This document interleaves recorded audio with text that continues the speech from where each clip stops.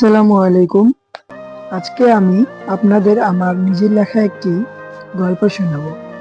গল্পটির নাম কেউ একজন ছিল।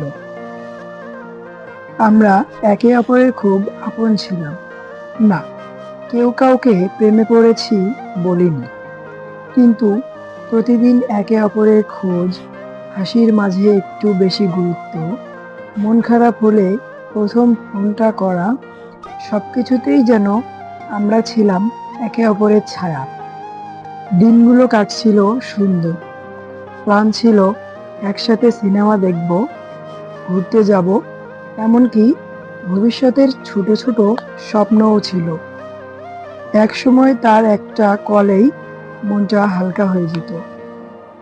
চোখে পানি থাকলেও গলার শব্দ শুনেই হাসি ফিরত। রাতে ঘুমানোর আগে আজকে অনেক কষ্ট হয়েছে, এই একটা লাইনই সব ক্লান্তি ভেসে যেত।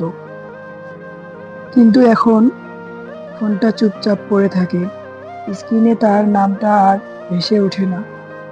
দিন যায়, রাত যায়, তবুও সেই পরিচিত রিংটোনটা আর বাজে না।